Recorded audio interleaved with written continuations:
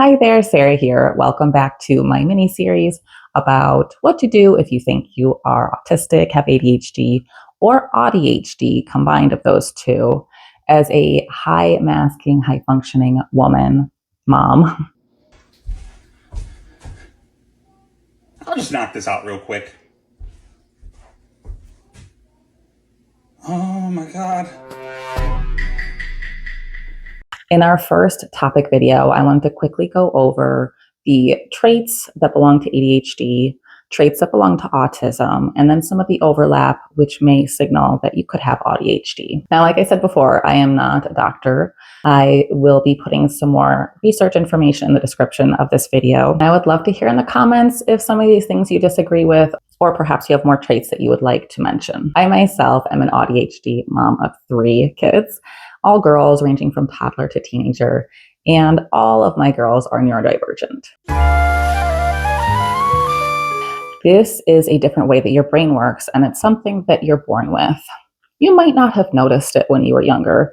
A lot of people are becoming late diagnosed with these things. It doesn't mean that they made it up or that you suddenly obtained one of these disorders. Like I said before, it has to do with how your brain works, and we'll get a little bit more into that in just a second. But it is also genetic. In the sake of ADHD, your brain does not typically have enough dopamine. There are a few other things going on, but essentially your brain is constantly trying to bring balance. And because there's not enough dopamine, it makes you very tired as well as lose focus and have a lot of other issues. You see my phone? Oh, it's right here. Oh, thank you. Okay, I will not lose this again. You can't keep looking for your iPhone every day. Do you hear a noise? There should be a ding-ding. Do you hear a ding? For autism, your brain grows differently, often faster in some areas, for example, intellectually, but slower in other areas, such as maybe socially. It also processes information differently. For example, you may prefer blunt, to the point, social interactions full of information and facts. I just wish that more people were more straightforward and they said exactly what they meant, leaving no room for misinterpretation. As an autistic person, I tend to speak exactly what I mean. And when I speak, I think long and hard about the exact words that I want to use in order to portray what I'm trying to get across. And even then, it still feels like I'm often misunderstood or misinterpreted, sometimes seen as being too blunt.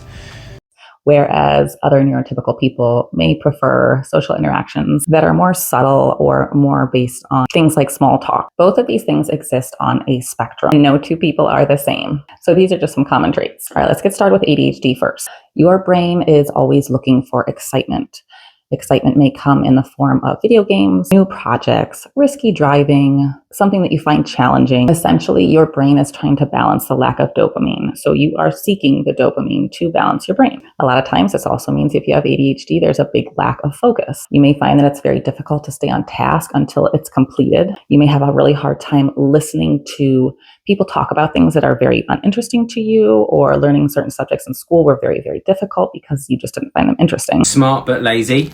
I remember that one. If you just applied yourself, you'd do well. Brutal. Can be disruptive. Fair.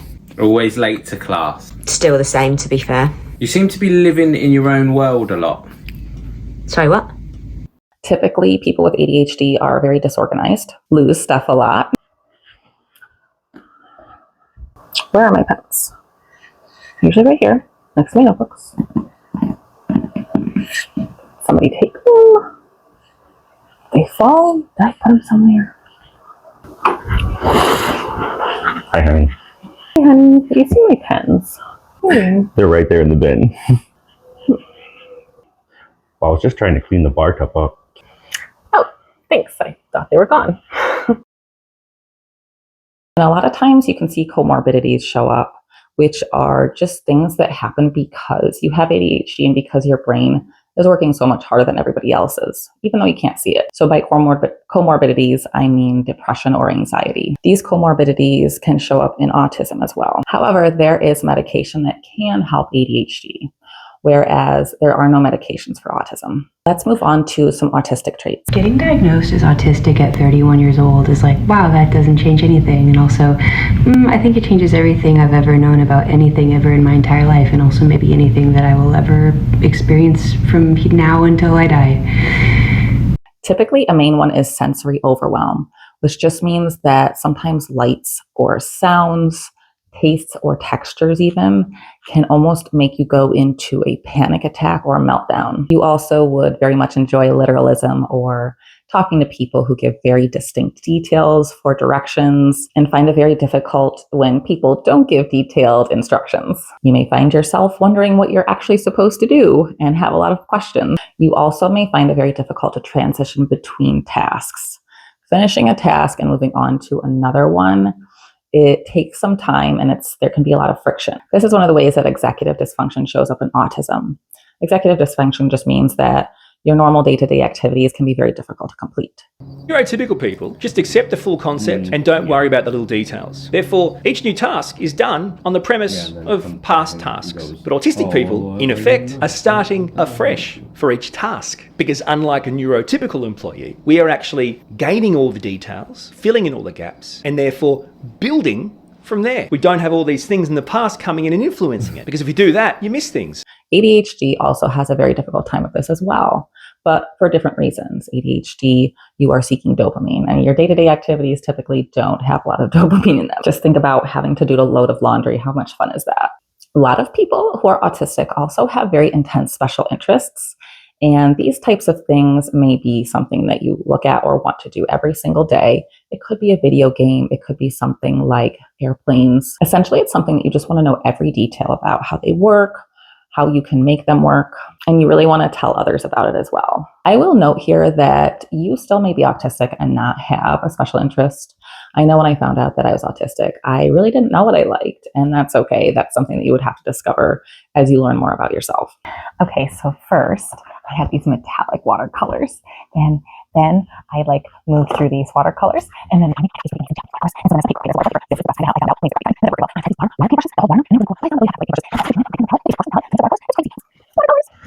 love watercolors.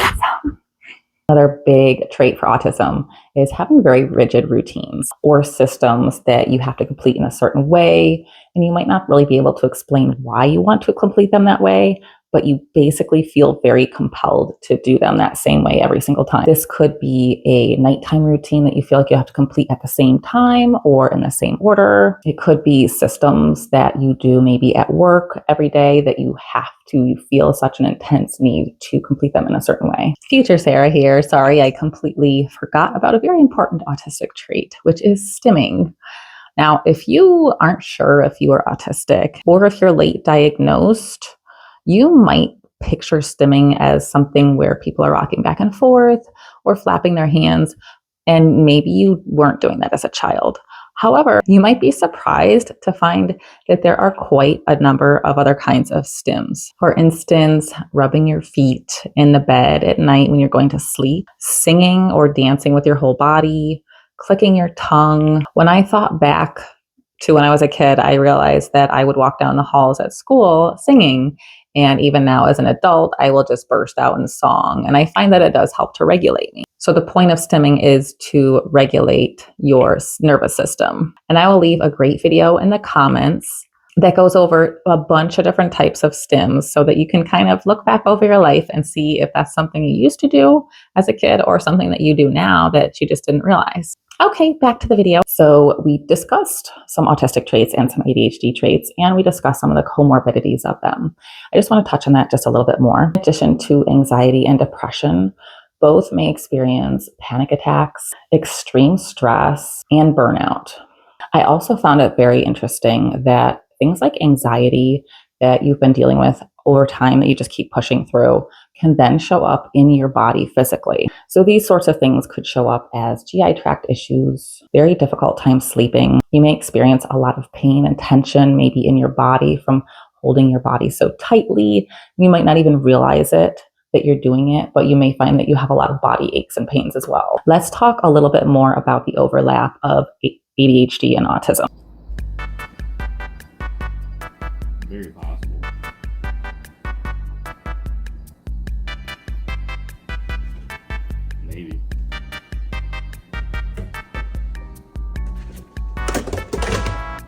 I mentioned special interests for autism, but both can experience a type of thing called hyperfixation, where you start working on a project or something that you really like, and you get into this sort of flow with it, and you find that it's very, very difficult to stop. A lot of times you can run into things like time blindness, where you've been working or doing this project or thing for so long that you don't even realize how long it's been, and you haven't gone to the bathroom or maybe gotten a drink. Another overlapping symptom is a need for control in a world that's just not set up for our brains. Going throughout your day-to-day life is very difficult, and all this is very invisible on your energy levels. And trying to work so hard that a lot of times we just crave controlling any area in our lives so that we can have more of a calmness. You may be AuDHD if you really want to have a routine, but you find that it's very hard to keep it, or you need it to be really flexible and changeable. A big overlap is extreme exhaustion and burnout. On the outside, people think I am super sociable, like I'm fine, because sometimes the ADHD impulsiveness makes me look really chatty and talkative, but the autistic masking makes me look like I've got it all together. But inside, it is exhausting. I'm overthinking everything whilst also blurting stuff out. It's like my brain is speeding and then freezing at the same time.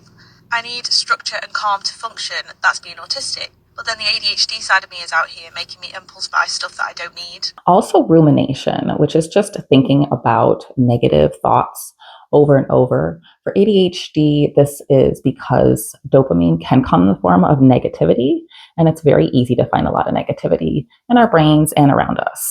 Uh-oh, here comes ruminating Rory. Wait, oh no, ADHD Annie is thought spiraling. This looks like the end. Hold on, Annie's getting out her weighted blanket and hitting ruminating Rory with it. Well, that's one down. But if ADHD Annie is hoping to get some sleep, she's going to need more than that.